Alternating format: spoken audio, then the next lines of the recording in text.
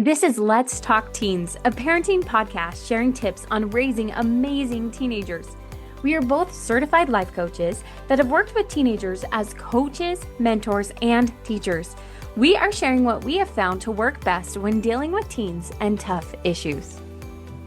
This is Let's Talk Teens with Abbi and Cheree, episode 62. My teen is dating, and I think they are too young. Oh, Cheree, I was talking to a parent the other day and they had mentioned that they're like, oh, I just feel like my young teenage son, like he's been dating since he was really young. And I think particularly we have a little PTSD about this because growing up for Cheree and I, 16 was the bar, right? And now I would say that that's not the bar so much in our religious community here in Utah. And it's a little bit more up to your youth. And I think some of us are having a hard time with that, right? And also, I know too, sometimes youth, they just kind of start to date when they start to date because all of a sudden they like somebody, right? And so, that's a really common concern of, okay, my teen is dating and I think they're way too young. Like, what do I do about it?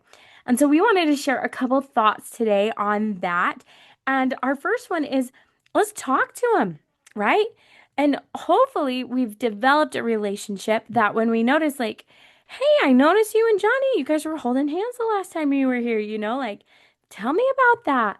Or, oh, you guys, like, because sometimes too, they'll just be like, yep, this is my boyfriend. And you're like, oh, okay, right? So talk to them about that. But also, as we're talking to them about that, don't make it about the other person. Don't make it about how we don't like Johnny.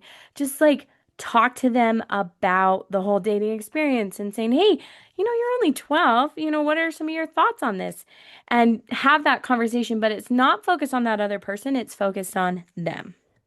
As you were talking, I was thinking about how important it is to have that, to be able to have that open communication and to even choose what emotion we as parents are going to let govern us in that moment, because I think it's so easy to approach those situations with fear. Like that would be my go-to emotion of like, this is bad. Like something can go wrong. What do I need to do? I needed to handle this right. And fear would be my initial emotion my default emotion maybe is a better way to say it.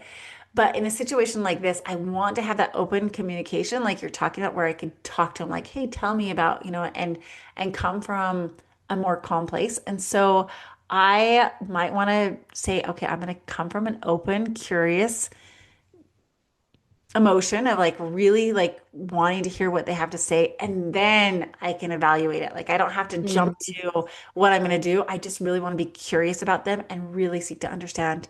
So I'm going to come and listen and talk to my teen about this, my 12-year-old, my 13, my 14-year-old, with this open curiosity. I love that because it goes right with the second point of I just want to remind you there is nothing wrong with liking somebody. I remember I was like a little girl, like second grade, and I asked my mom, I said, Mom, when did you start liking boys? And I loved her answer because it just validated me so much as like this little, like, 7-year-old girl. She's like, oh, honey, I've always loved boys. Like, I've always been boy crazy. And I love that because liking somebody, thinking somebody's cute, I mean, that is how we are wired as human beings. And so we don't want to demonize that. We don't want them to make them feel like, oh, something's wrong with you that you like this person. Like, there's nothing wrong with liking somebody. And I think, especially if, our youth is like really young, like 12, and they're like, yeah, this is my boyfriend, I'd be like, hey, listen, I love that you like them. We want to be careful with terms like boyfriend, girlfriend, right? That's kind of safe for when we're older, right? And so having conversations that don't demonize that we like this person. And I had the funniest experience, Cheree. My little guy, he is 6.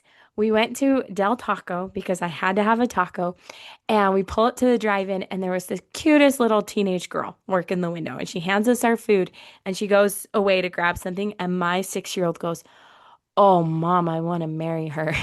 And I was like, That's so cute. oh, okay. And I was like, that's awesome, bud. I think she's really cute too. And then he added this street. This is where I was like, oh no, the fear comes in. He goes, and I'm going to buy a car and I'm going to kiss her in the car. And I was like, oh my gosh, like, whoa, we just crossed the line, right? And all of a sudden I was like, oh no, where have I gone wrong as a mom that he knows that you kiss somebody in the car, right? Like all those things. But then I have to stop and just go, he's 6. Like, I'm just so glad that he feels like he can tell me that he wants to marry the Del Taco girl. And so Exactly. I feel that we with our youth, like we don't need to overreact. We should actually be so glad that they like somebody, right? Because that's just a normal part of our human biology. Yeah, it's like, yay. I'm so glad that you feel that way. And I love that he could share that with you. That's so I know. great. I've thought a lot about it. And so the next thing to do is like help them set up expectations. I think our youth, especially if they've had older siblings that maybe dated, like we kind of have these grandiose visions of what we think love is, and movies are like that of where, they date in high school and it's so intense and all these things. And just helping them set up expectations of like, okay, well, you like this guy or this girl likes you or all those things. Um, does that mean they're going to hang out more or like, what does that look like? And as a parent saying like, I don't want you guys to maybe go out to places alone together, right? And just kind of setting up expectations like that. So, in our family, we always had non-negotiables, and then those things that our teens could come and talk to us about and say, "Hey, could we change this rule, or could we address it, or could we talk about it?" And I think it kind of goes along with the teen needs to set expectations of what they're wanting out of the relationship. But then I think it's so, so, so, so good, and I know you totally agree with me on this, Abby, for parents to have those expectations or those non-negotiables, or they're like, okay, this for us, like our non-negotiable is that you're by at certain ages would be like that you're by yourself with this person, Hmm. or that you stay out all night, or that you sneak out, or whatever. Like you just have your non-negotiables, and then you have your ones that are like, okay, if they come and talk to me about it, we could maybe change the rules, or we could talk about it and see. I just think having those conversations again are so important.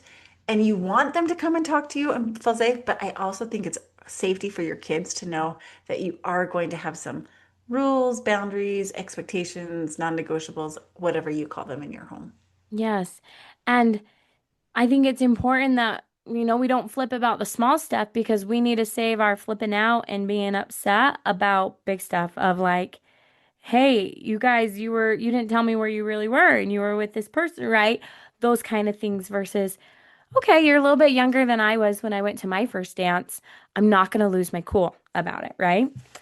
And the last thing is like, don't be unkind, right? Especially to this person that your youth is quote unquote dating or is their boyfriend or their girlfriend. Because all this does is drive a wedge between you and your relationship with your youth. And I don't know about you, Cheree. Most parents really, really liked me, right? I was just a very straight arrow, really great girl. I could say, hey, I'm a 4.0 student. But I had one boyfriend that his parents did not. It's not that they didn't like me, but they really gave me the cold shoulder. Like, and it's because they didn't want their son dating anybody before his mission. And I felt that and I knew that. And all it did was make it more awkward. It didn't make us not date. Yeah. Yep.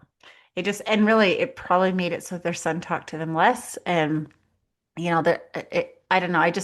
I think we do. I have to be so careful about that. I think about that a lot with the different kids that my kids dated, and how I acted about them. And if there were one or two I didn't care for that much, and I was very quiet about it and didn't talk to my kids about it. And I was kind and considerate to that person, because I do think that that's really important.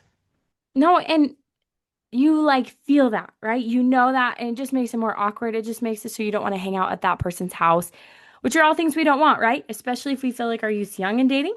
We want them at our house, right? We want to be watching, we want to be monitoring. So, parents, we hope this helps you out. I know this gets a little tricky, this gets a little nuanced, but we can figure this out, especially as we keep those lines of communications open. So, we wish you the best of luck with this. And we want to say happy holidays to you and your family because we want you to enjoy those holidays when we will have some new podcast content coming out for you in the first of the new year. So we will see you then. Thank you for listening to Let's Talk Teens with Cheree Murdock and Abbi Winslow. If you are looking for more tips to help your teenager Here's where you can find us. You can find Cheree Murdock on Instagram at Cheree Murdock Coaching or on her website, ChereeMurdock.com. You can find me, Abby, on Instagram as Abbi Winslow or on my website, AbbiWinslow.com. Please rate and review our podcast and share with a fellow parent. Thanks for listening.